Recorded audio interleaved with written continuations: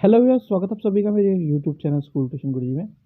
बच्चों, class seventh की video थोड़ी सी लेट चल रही है, तो अब शुरुआत हो चुकी है इसकी भी। धीरे धीरे आपको सारी वीडियोस मिलनी शुरू हो जाएगी। ठीक है, बस आप चैनल पे जैसे बने हुए हैं वैसे ही बने रहिए।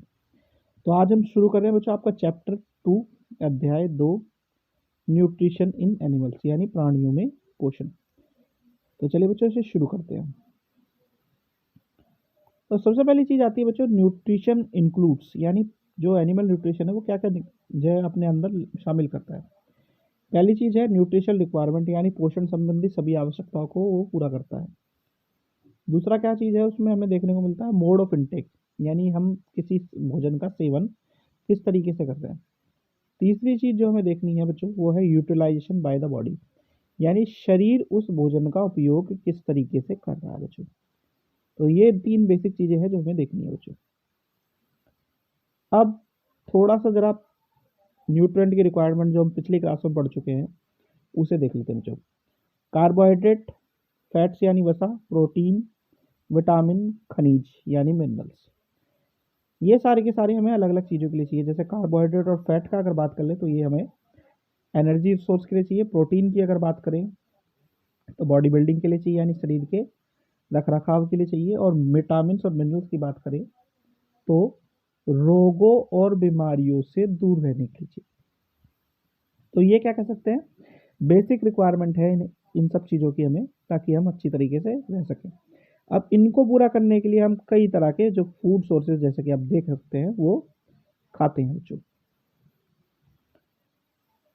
उसके बाद बात आती है कि जब हमने खा लिया किसी चीज़ को, इन सब चीज़ों को मिला के हमने खा लिया और ये सब चीज़ें हमारे शरीर में चली गई, तो प्रोसेस शुरू होता है डाइजेशन।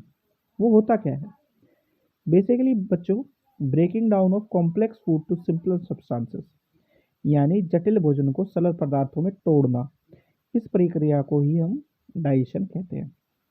मान लीजिए ये बहुत बड़ी चेन है, इस पे हमने डाइजेशन शुरू किया तो इसे कई भागों में तोड़ दिया छोटे छोटे। ये क्या प्रोसेस हुआ डाइजेशन का बच्चों।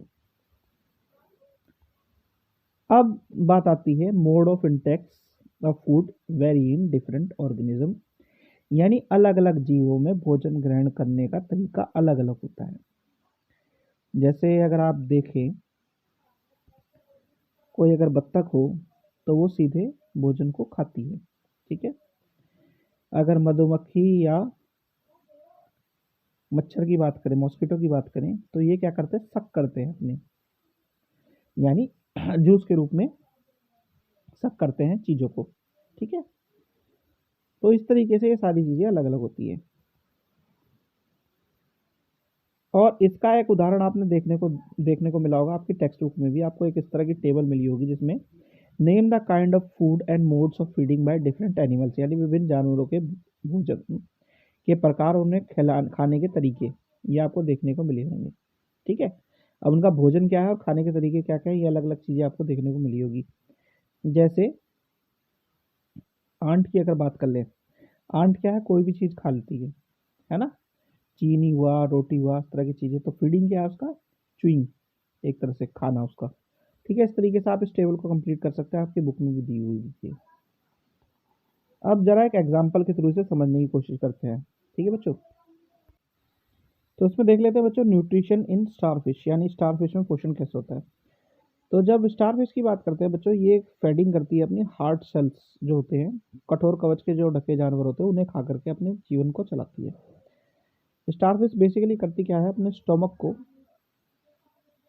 जो स्टोमक है उसे अपने माउथ के थ्रू निकाल देती है, यानी starfish pops out its stomach through its mouth to eat the soft animal inside the shell, यानी शेल के अंदर के नरम जानवर को खाने के लिए स्टारफिश अपने मुंह के माध्यम से अपने पेट को बाहर निकालती है। फिर क्या करती है, stomach then goes back into the body, यानी पेट फिर शरीर में वापस चला जाता है। और यहाँ पे फूड क्या है, धीरे धीरे डाइजेशन शुरू हो जाता है।